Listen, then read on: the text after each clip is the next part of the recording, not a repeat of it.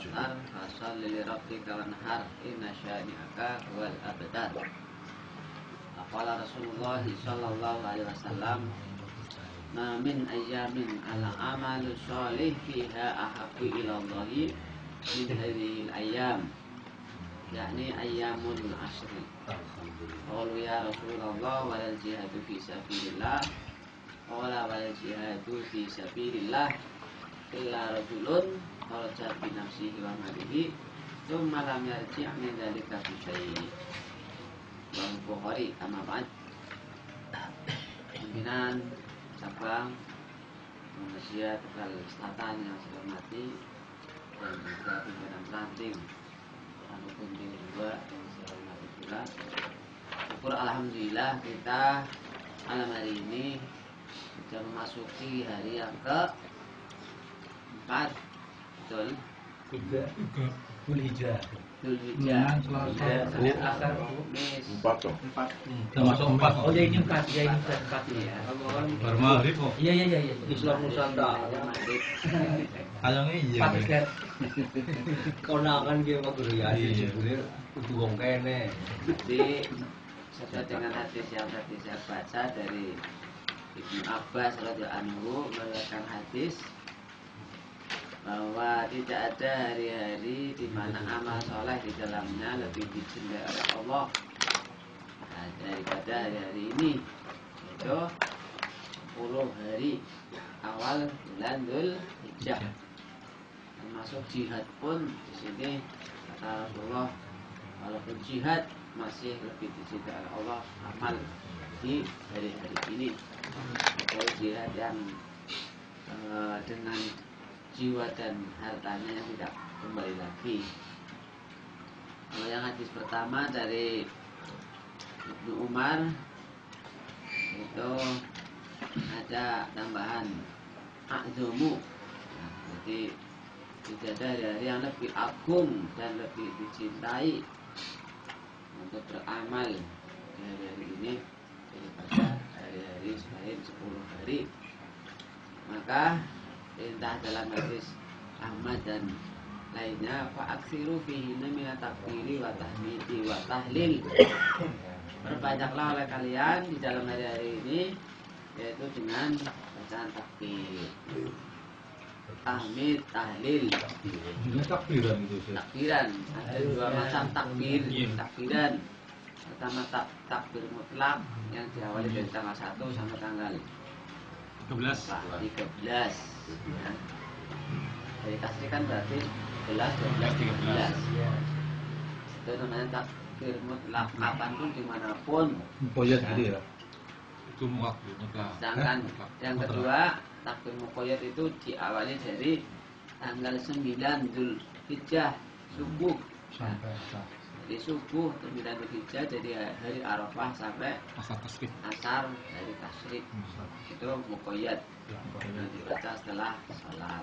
Dan tentunya di luar sholat pun dianjurkan. Lafadznya sama deh.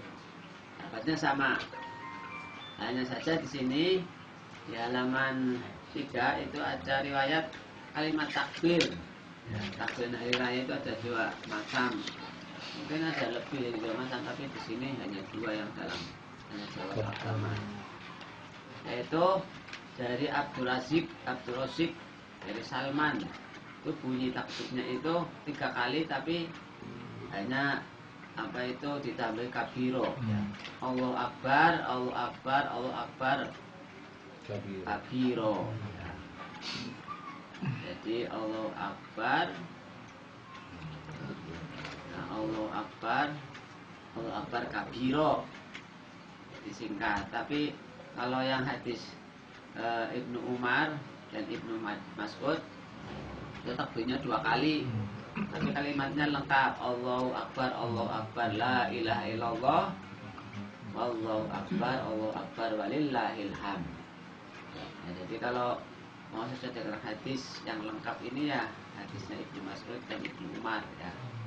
Ini yang biasa normali ya diamalkan oleh orang Muhammadiyah. Ya 3 kali sih berarti itu apa nggak ada dosanya, nggak ada nggak? Gimana? Ya 3 kali. Kapan takbir kita Ada kali. Ini riwayat yang pertama kan 3 kali nih. Oh. Allah kabiru, bertakbirlah Allahu Akbar, Allahu Akbar, Allahu Akbar. Cuman kabiro sampai di situ. Nah, Cuma sebatas itu toh ya. iya sampai di situ. Berarti kan digabung ya. Hadisnya. Iya. Jadi kalau yang kalimatnya lengkap ya yang takbirnya 2 kali. Allahu Akbar, Allahu Akbar. La ilaha illallah, Allahu Akbar. Allahu Akbar walillahil hamd. Kalau kita takbir kayak gitu di menjelang sholat id itu model kayak gini audien kayaknya enggak itu takbiran aja zaman ini gitu. Murah katanya. Tapi di saya itu sudah biasa 2 kali takbir. Ya pakainya 2 kali takbir ini. Hah? Itu makanya orang ngaji. biar paham ya itu dipraktekkan. Paling kau undang imam takbir nyong sih. Nah, nanti ngasuk kok. Nanti ngasuk. Di Magedaya itu masjid-masjid musola dan di salat id itu takbirnya 2 kali. Allahu Akbar, Allahu Akbar, la ilaha illallah, Allahu Akbar, Allahu Akbar, walillahil hamd. Cuma itu toh ya bolak-balik gitu ya. Langkah Allah Akbar tambahan yang panjang-panjang. Iya. Allah Akbar kabir alhamdulillah kan enggak ada ya. Ya itu sebetulnya itu tambahan Itu- ulama ya. Jadi, takwa jawana. Ya itu enggak apa-apa sih itu. Tapi gimana sih? Ya itu kan kalimat apa Hadisnya ya? gimana Ustaz itu? Kalimat penyemangat.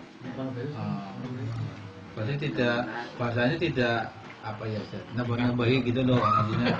Ya khawatirnya kan sia-sia kayak gitu kan. Iya. Ya. Yo, saya belum mencoba memang hadisnya ada apa enggak, tapi memang kalau dilihat dari kalimatnya itu memang jadi tambahan dari apa itu ulama yang ingin menyemangati kaum muslimin ketika Idul Fitri maupun Idul Adha, karena hari raya umat Islam hanya 2 ini yang harus disiarkan ya. Jadi walaupun orang-orang kafir benci ya, walaupun orang musyrik itu membenci, tetap takbir. Sotak wa'da ada yang pernah membaca sotak wa'da itu kan berarti benar janjinya, wana ada dan telah menolong pada hamba-hambanya. Aisyah dahulu sangat asya kepada dan telah menguatkan pasukannya dan telah mengalahkan musuh-musuhnya. Berarti semangat ya benar-benar ya. Ini untuk kesemangatan dalam rangka menyiarkan dan membesarkan hari raya. Itu syiar sih ya, berarti syiar ya. Siar. Jadi enggak apa-apa aja dah. Ya nggak apa-apa untuk semangat. Kalau apa semangat tuh suaranya seru. Saya seru dan yang tegas ya kalau Katanya sok. yang bagus juga. Nerunte kok. Orang-orang kafir kalau kalian kafirun, walau kalian munafikun, Musyrikun. ya. Jadi, tetap bertakbir, jangan takut kepada orang musyrik, munafik, kafir. Itu kalimat takbir. Kemudian ini tadi kapan mulai takbir sudah. Terus tentang puasa Arafah ini mungkin tadi karena tanggalnya mulai berbeda, jadi di Indonesia 2 kali ya mungkin ya. Hari kita kan jelas kok. Selasanya Ustaz. Ya, jadi miladnya itu Indonesia hari Senin, bulan Muhammadiyah di sini ada apa enggak? Milad Muhammadiyah. Kalau di Magedaya sudah terbiasa. Oh. Dulu itu pacaran, kalau pacaran milad Muhammadiyah. Sekarang itu pakainya Sarasean. Tiap Senin.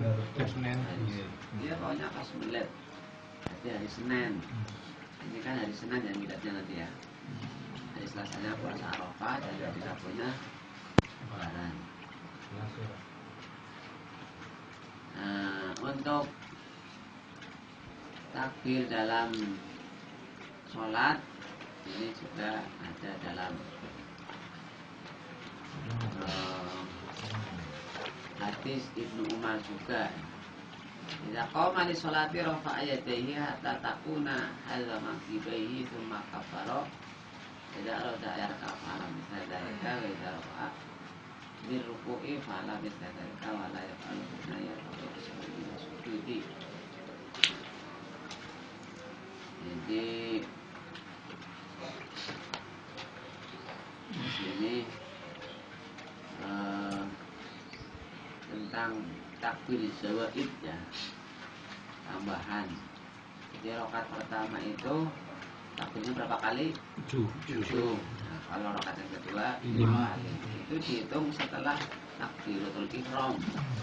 Jadi takbiratul ihram itu tersendiri ya. Jadi tambah 7 takbir. Oke lah, Pak ya. Rakaat yang kedua ya sama. Jadi takbir intikal ketika dirukun namun Allahu Akbar itu belum takbir. Nanti mulai dari takbir tambahnya 1, 2, 3, 4, 5. Antara takbir satu dengan kedua dan selanjutnya tidak ada bacaan apa ya? Ya, tidak ada bacaan apa-apa. Hanya saja kalau dalam fikih itu ditakdiri kalimat subhanallah. Jadi dikira-kirakan nah, antara jarak satu takbir dengan takbir berikutnya seperti ucapan subhanallah. Artinya jangan terlalu cepat lah, setidaknya. Dan untuk apa itu namanya ya Waktu ke makmum ya. menyerapi apa makna yang ada di dalam kalimat takbir, maknanya gitu ya. bukan Allah Subhanahu wa taala. Tapi dibaca boleh Ustaz, itu subhanallah Ustaz. Boleh, tapi syirik ya. Tapi nggak ada tuntunan sih. Oh, nggak ada ya? Hanya kira-kira perkiraan itu pun dalam apa namanya bahasa fikih ya. Jadi dalam fikih perkiraan antara takbir satu dan takbir berikutnya itu perkiraan seperti bacaan subhanallah. Itu bagi imam aja Ustaz ya. Yang memandu nanti. Yang membantu ini dan juga makmum ikut-ikut. Iya, yang memandu. Tuh ya. Terus masalah lagi di sini yang ditanyakan, ini sebenarnya ada pertanyaannya, cuma saya ringkas jawabannya saja. Tentang khutbah hari raya 2 kali atau sekali, ini sering pertanyaan. Sebelah 2 kali dia. Jadi memang kalau dalam sholat Jumat ya, Sebelah sana. itu 2 kali khutbahnya. Tapi kalau dalam sholat Id memang tidak ada penjelasan 1 ataupun 2 kali. Ya, sehingga Muhammadiyah di sini karena tidak ada penjelasannya berarti 1 kali. Kalau di yang lain dikiaskan, karena Muhammadiyah tidak punya hukum dasar kias ya. Jadi hanya Al-Quran dan hadisnya tidak menjelaskan 2 kali ya sekali. Kalau Jumat kan ada jelas 2 kali khutbah lain, khutbah, sehingga ada 2 kali seperti itu. Ya, maka rata-rata di Muhammadiyah itu khutbahnya sekali, begitu. Mimbar, salam, biasa, ya, terus sama, terus langsung doa. Ya, duduk dulu. Kalau di masjid-masjid yang sholatnya di masjid kan seperti Jumat, ya, tidak ada duduk di antara dua. Nah ini terus berikutnya untuk meramaikan jamaah di sholat Id, ya, ini sudah dipahami orang-orang yang ada halangan, terutama wanita boleh masuk ke lapangan karena lapangan itu bukan masjid. Nah, sehingga silakan ke lapangan semuanya. Nah, tentunya nanti ketika sholat ya jangan nyampur ya, karena lagi ada halangan. Maksudnya kalau di situ kan tidak apa-apa tapi maksudnya tidak nyampur bang begini. Ya enggak ini Pokoknya maksudnya. di situ sholat. duduk aja. Ya duduk saja sambil Tapi mendengarkan mendengarkan khutbah. khutbahnya. Nah sekarang berikutnya masalah kurban ini kemarin sudah dibahas sedikit, tapi kita ulang sedikit tentang makna kurban itu sendiri. Jadi kurban itu kan ibadah ya. Layaknya dengan ibadah-ibadah yang lain, ini tidak hanya sekedar ritual atau spiritual saja. Artinya kadang orang korban ya pokoknya rame-rame korban lu mangan daging enaknya teh ya. Tanpa memperhatikan ketentuan-ketentuan ibadah dalam kurban. Nah, jadi di sini ada dimensi niat, ada dimensi kefiyah, ada dimensi hikmah. Artinya ketika orang itu mau berkorban ya betul-betul niat. Korban itu niatnya untuk apa?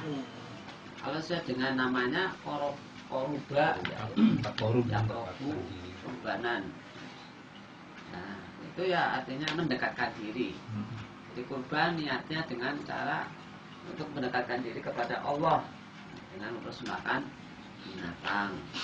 Mengapa kok dengan binatang? Ya karena itu syariatnya seperti itu. Dan itu kan didahului oleh beberapa nabi sebelumnya ya. Korban itu dimulai dari nabi siapa? Adam. Adam sudah ada korban ya. Saat itu kan disuruh korban, tapi dua anaknya Nabi Adam yang namanya Qabil dan Habil. Jadi kalau Habil itu korbannya kambing yang besar, yang bagus ya, yang mulus, sementara Qabil itu korbannya apa itu hasil tanaman tapi sudah layu, sehingga yang diterima adalah korbannya Habil. Nah, Qabil merasa tersinggung, mengapa saya korbannya enggak diakui ya.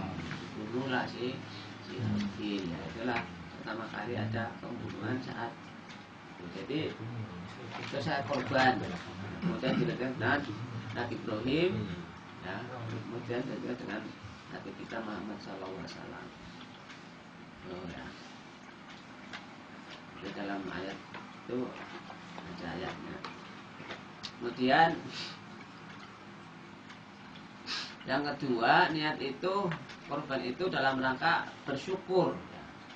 Niatnya itu kan inna a'tainakal kausar. Dunia kami telah memberikan kepada Muhammad, hidupnya kepada Muhammad, tapi aslinya ya untuk seluruh umatnya. Nikmat yang banyak. Karena itu fasolli li rabbika wanhar. Salatlah dan berkorbanlah. Nah, di sini salatlah, di sini salat wajib atau salat Idul Adha. Nah, di sini nanti ada bahasan ya. Jadi memang dalam syariat itu ada istilah bayan. Jadi hadis itu fungsinya sebagai penjelas Al-Quran yang belum jelas, namanya bayan. Bayan itu ada bayan bayan itu penjelas ya. Ada bayan takrir. Jadi hadis berfungsi untuk memperkuat perintah dalam Al-Quran. Nah, jadi kalau di sini contohnya itu perintah puasa. Aman syahidan minkum syahra falyasum. Maka barang siapa yang menyaksikan adanya bulan, maka berpuasalah. Nah, menyaksikannya caranya gimana? Kan belum penjelasan. Nah, maka diperkuat dengan hadis dengan cara melihat sumu liru'yatihi. Karena dulu itu belum tentang ilmu hisab ya, pakai yang mudah, pakai ru'yah. Kemudian ada bayan tafsil. Tafsil itu merinci. Jadi banyak ayat-ayat Al-Quran yang masih global, sehingga perlu dirinci.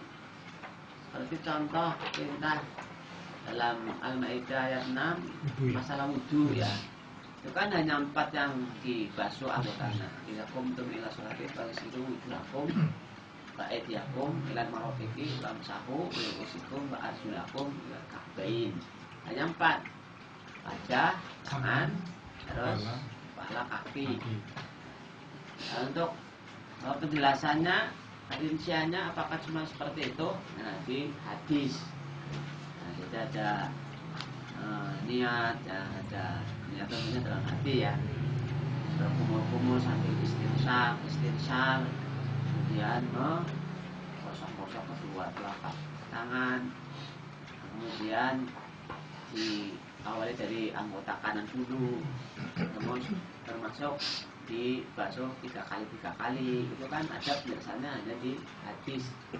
Nah, termasuk nanti doa ya, setelah wudhu juga dalam hadis semuanya. Itu bayan tafsil.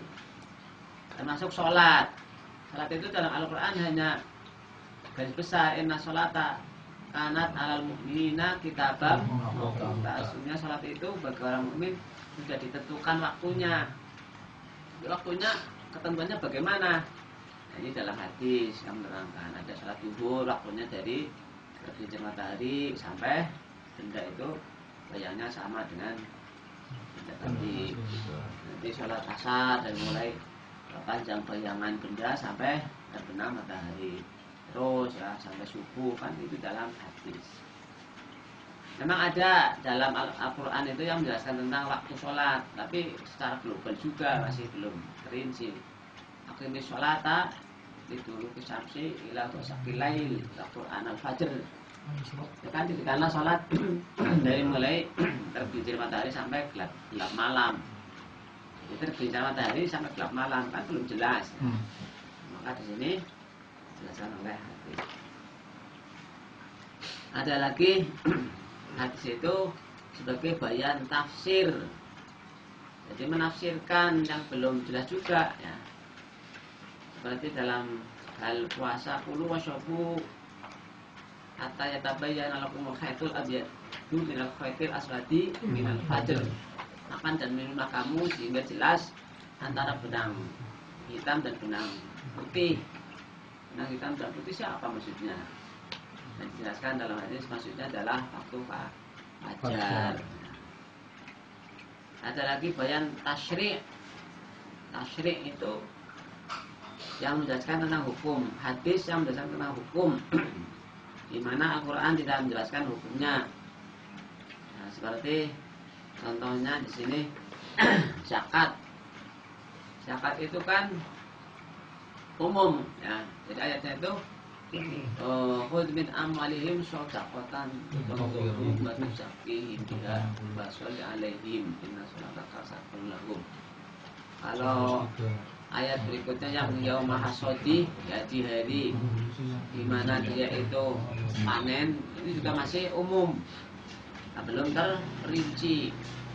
Nah, sehingga di hadis itu ada penjelasan apa saja macam yang dizakati, ya.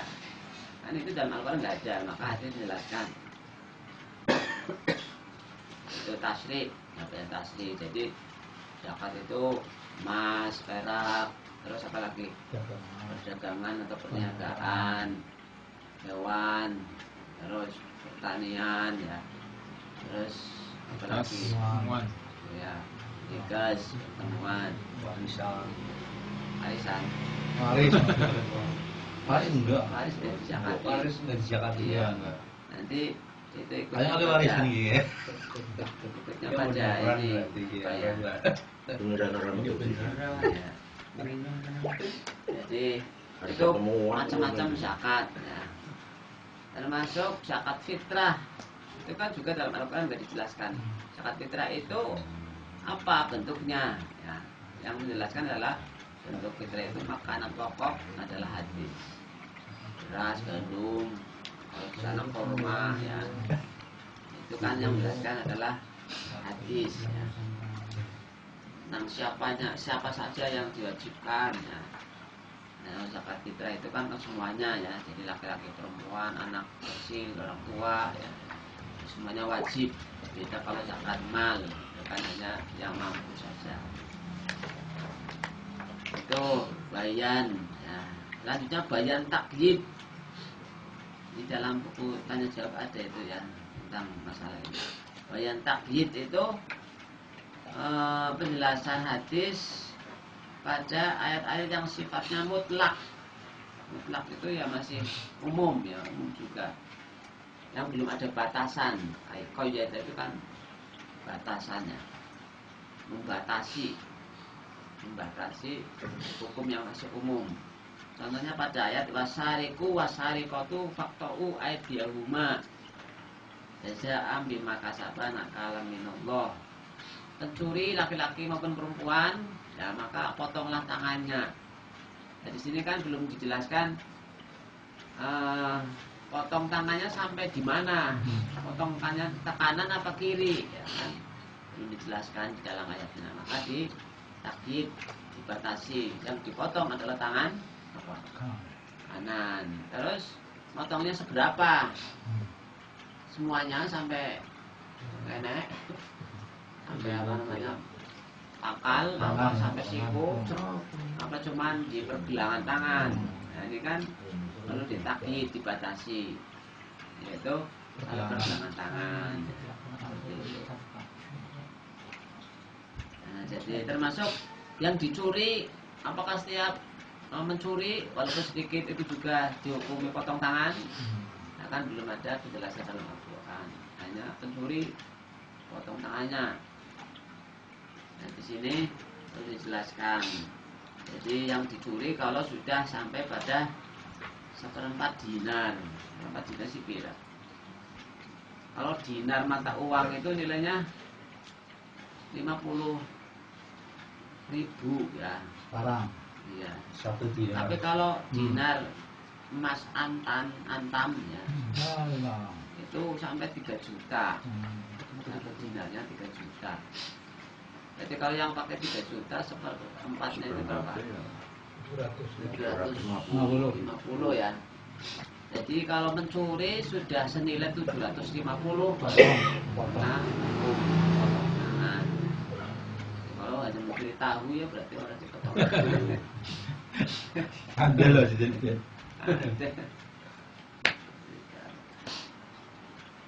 Terus kemudian berikutnya ada bayan tahsis. Nah, ini yang kaitannya dengan korban.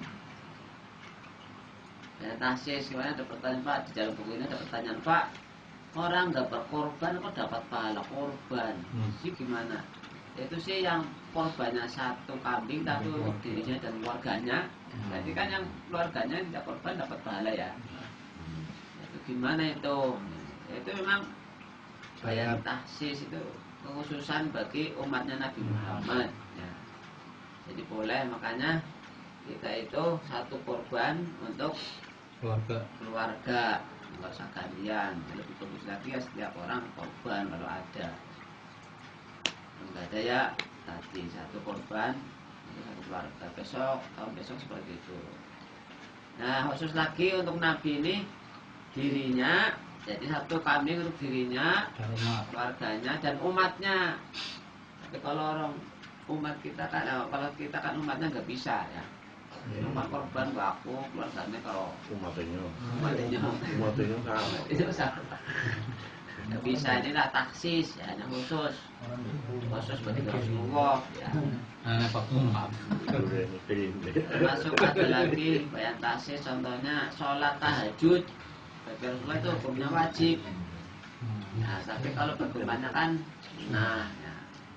Sebenarnya menjelaskan wajib itu sebelum ada sholat tahajud, sholat takbir, itu sunnah.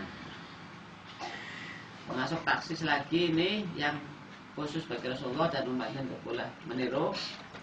Itu adalah menikah lebih dari 4. Istrinya Nabi berapa? 11. Ya. Jadi Rasulullah itu menikah setelah menikah lebih dari 1 istri setelah Khadijah itu wafat ya. Jadi tidak langsung di wayu. Ya, tapi 25 tahun bersama Khadijah ya. Lalu setelah Khadijah itu meninggal, Rasulullah menikah lagi. Itu pun karena sahabat itu melihatnya Rasulullah itu sedih terus ya, kelingan Khadijah, sehingga oleh para sahabatnya itu dicarikan.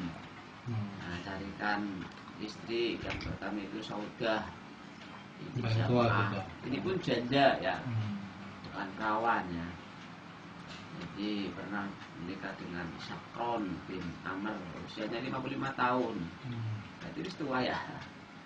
Jadi nikahnya Rasulullah itu bukan karena untuk memenuhi hasrat seorang laki-laki ya. Tapi pertama untuk dakwah. Karena ada beberapa istri yang dari kabilah. Jadi kepala kabilah ya, ketika dinikahi kan akhirnya kabilahnya itu masuk Islam ya. Seperti kabilah Bani Nadir ya. Kemudian siapa lagi dari siapa lupa apa siapa itu ya. Itu dinikahi sehingga umatnya ikut masuk Islam. Yang kedua, nikahnya Rasulullah itu dalam rangka untuk mempererat silaturahim dan memperkuat yaitu dukungan dakwah, perjuangan dakwah. Maka sebagian dari istri Nabi itu ada yang dari anaknya sahabat. Contohnya Aisyah itu dari siapa? Anaknya Abu Bakar. Itu kan untuk menguatkan dakwah biar tambah kuat hubungan antara berarti kan emosional itu kan kalau sudah 1 keluarga kan kuat ya, tambah kuat. Terus Hafsah, siapa? namanya Umar bin Khattab. Hafsah pun ini dinikah setelah suaminya meninggal dunia gugur di perang Badar, ya, baru dinikah oleh Nabi Muhammad. Terus siapa lagi ini?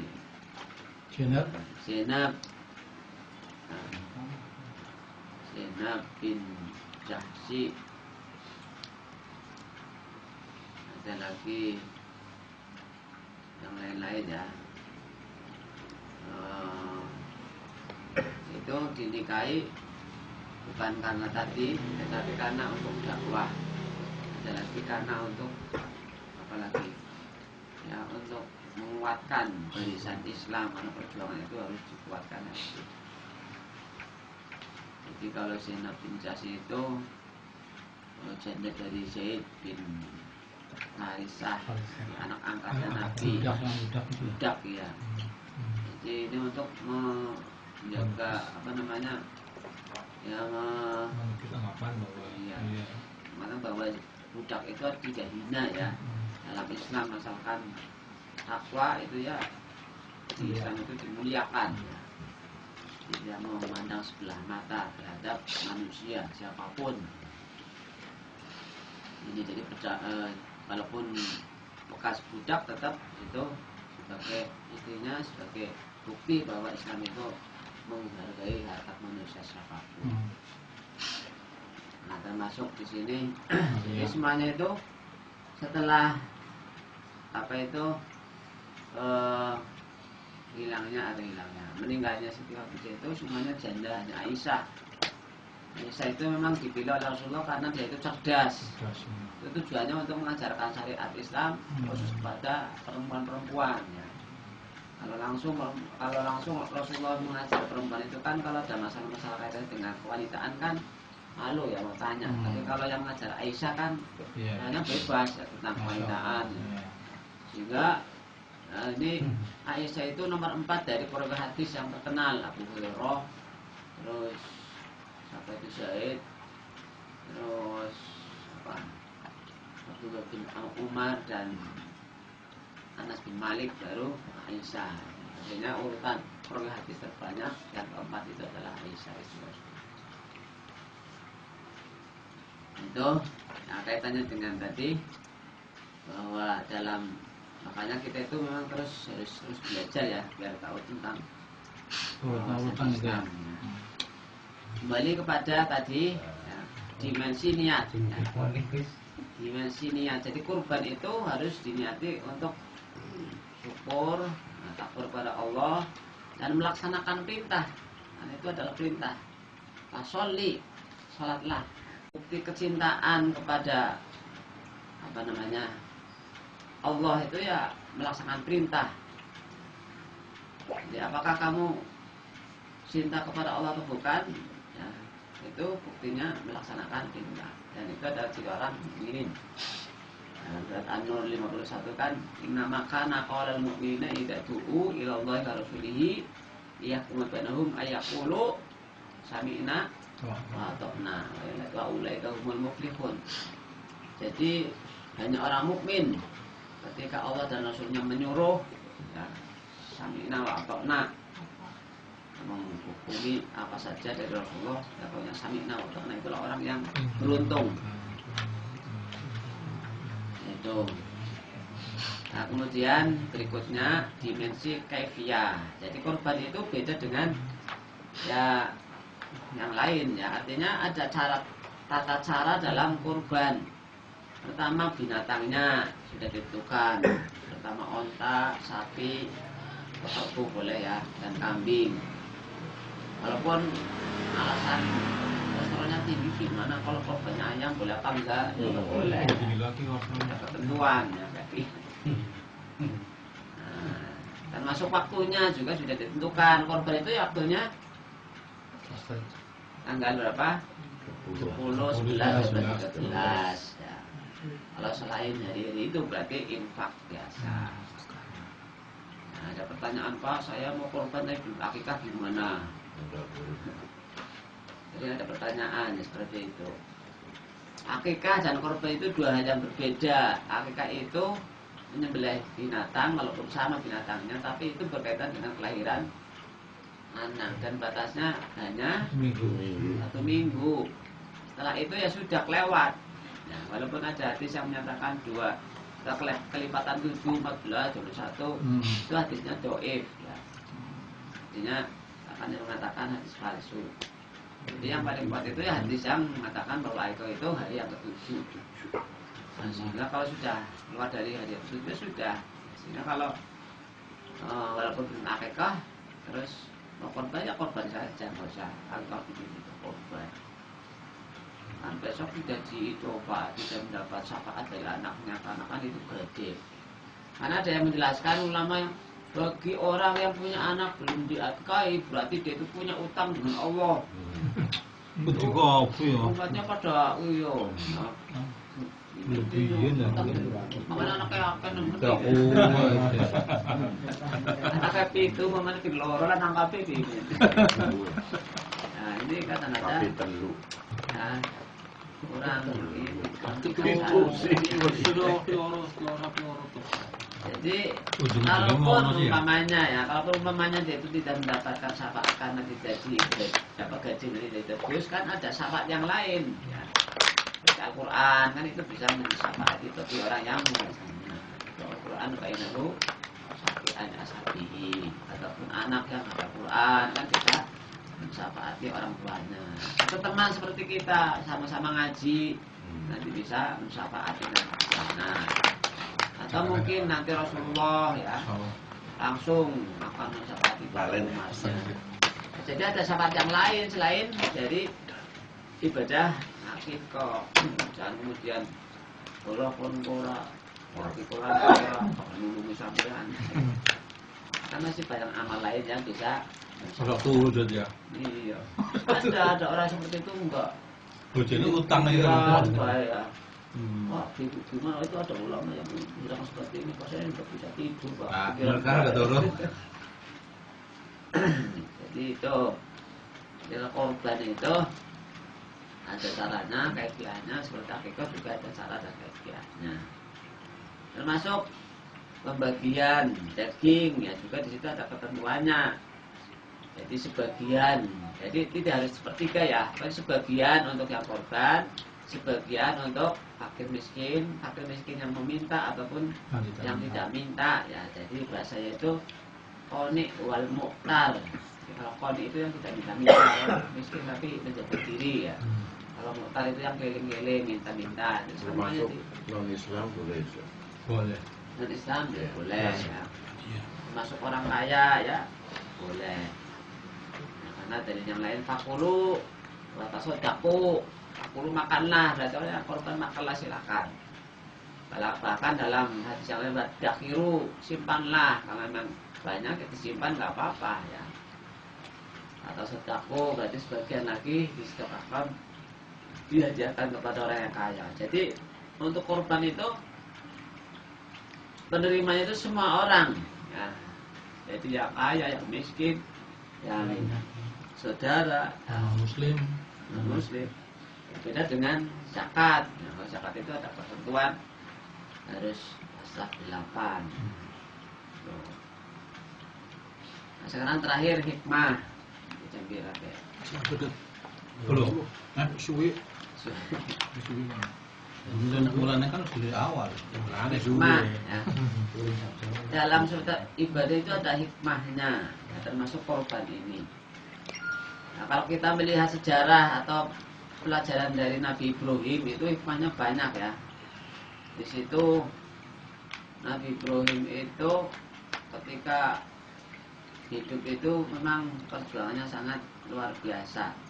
Sebagai bukti kecintaannya sangat totalitas kepada Allah Subhanahu wa taala. Jadi saat itu Nabi Ibrahim disuruh hijrah dari Palestina ke Mekah. Sudah Palestina Mekah itu kan jauh sekali dan dulu itu belum seperti sekarang ya, kendaraannya banyak, jalannya halus. Dulu kan berarti belantara. Nah, hijrah dengan keluarga ya. Begitu sampai Mekah disuruh ditinggal ya. Tidak ada orang, tidak ada makan, tidak ada air. Coba ini kan berat sekali itu kita bayangkannya. Itu semuanya demi kecintaan kepada Allah. Yang pertama ya, keteguhan seorang bapak, yaitu Nabi Ibrahim. Hikmah yang pertama, dan sangat teguh. Yang kedua, dalam kisah itu juga terdapat kesetiaan seorang istri terhadap suami Siti Hajar. Ditinggalnya orang kuburan ya, taat. Ini perintah siapa? Perintah Allah. Kalau perintah Allah, silakan laksanakan. Dan semua ini akan terjadi kalau seseorang itu sudah kuat agamanya. Bapak-bapak, saudara sekalian, kalau kita ingin keluarganya, istrinya ya patuh kepada kita, patuh kepada Allah, memang dikuatkan dulu, tidak hanya agamanya. Kadang-kadang adanya terjadi macam-macam di keluarga ya, ada tidak patuh, ada ini dan itu kan karena memang tidak kuat agamanya, sehingga terjadi. Nah, ini makanya hikmah dari perjalanan Nabi Ibrahim itu kita perlu contoh. Termasuk dalam hal ini Nabi Ismail, di situ ada hikmah kepatuhan seorang anak terhadap bapaknya. Jadi saat itu kan di surat apa itu diceritakan, selama balau mau sa'yu saya ya sobat ya. Qala ya bunayya inni ara fil manami anni alqauka. Baik. Jadi setelah Nabi Ismail itu sudah bisa diajak bicara, sudah diajak guyonan, seneng lagi seneng lah ya. Nah, terus mimpi ara fil manam, wahai anakku, wahai sayangku, saya itu mimpi disuruh menyembelih kamu ya, gimana pendapatmu? Panggil dan taruh. Nah, sempat disuruh untuk memberi pendapatnya. Tapi karena tadi ya, anak yang sudah kuat agamanya, kalau memang itu perintah Allah ya abi ya. Qala ya abatif al matur ma'ruf insyaallah minas sabirin.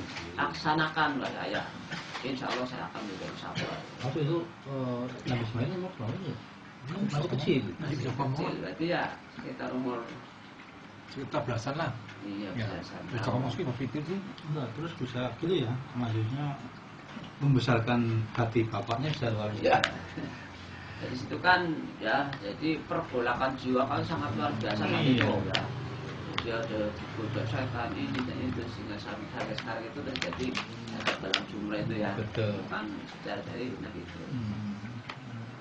Jadi memang kalau kita mengukur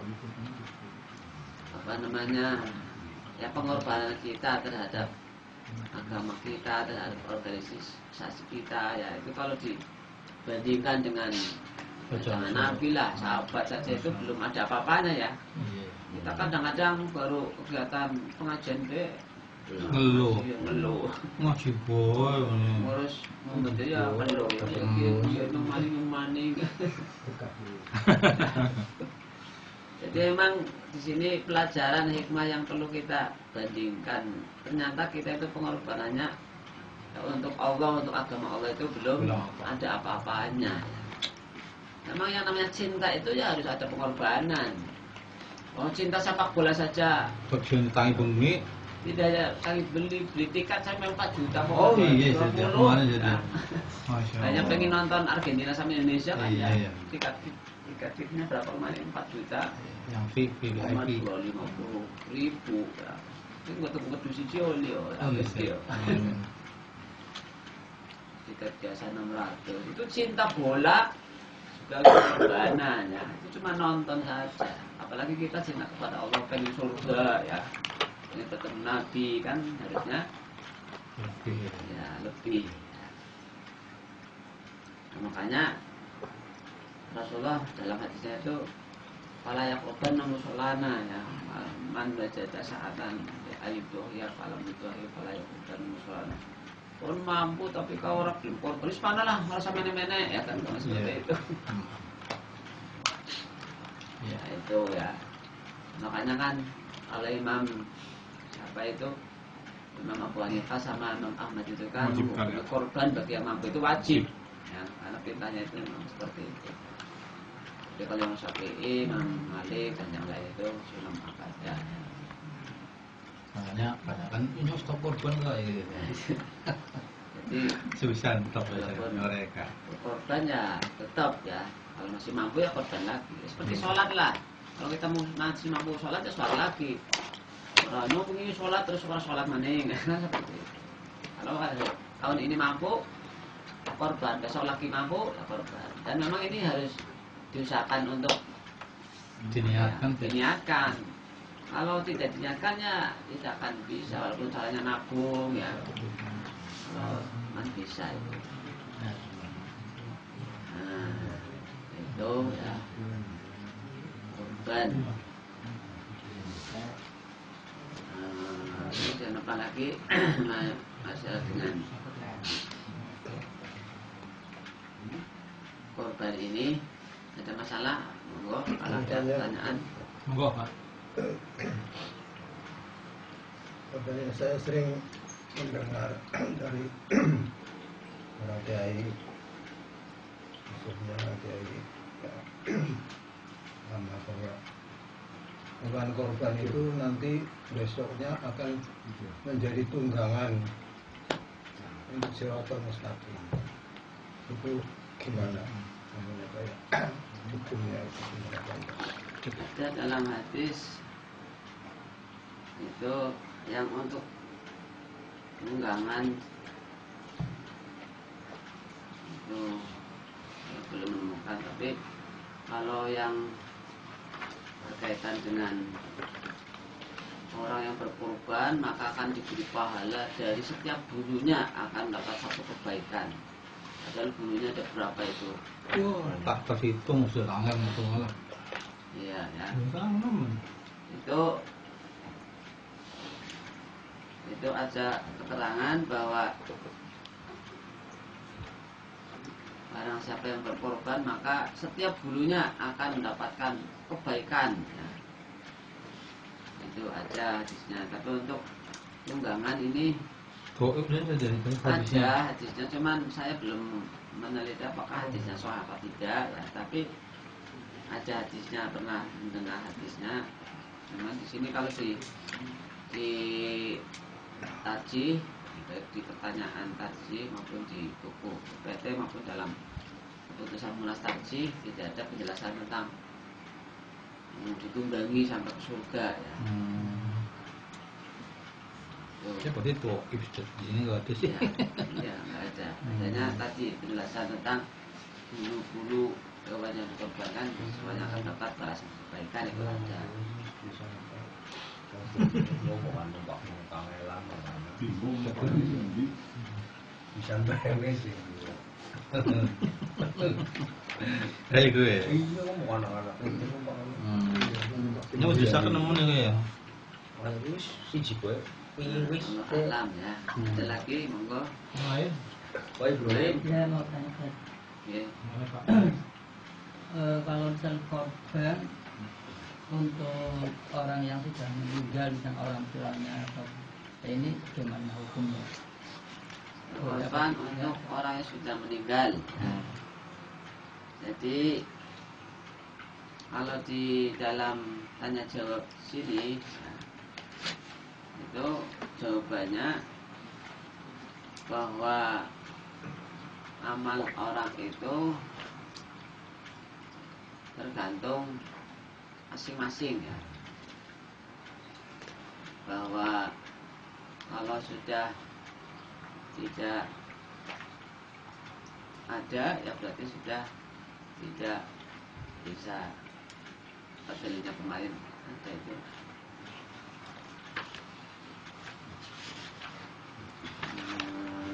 Laha maka sabat wa alaiha maka sabat. Jadi baginya akan mendapat pahala dari kebajikan yang diusahakannya, mendapat siksa dari kejahatan yang dikerjakannya. Terus wa alaisal insani illa masa'at, bahwa manusia itu tidak akan memperoleh selain apa yang telah diusahakannya.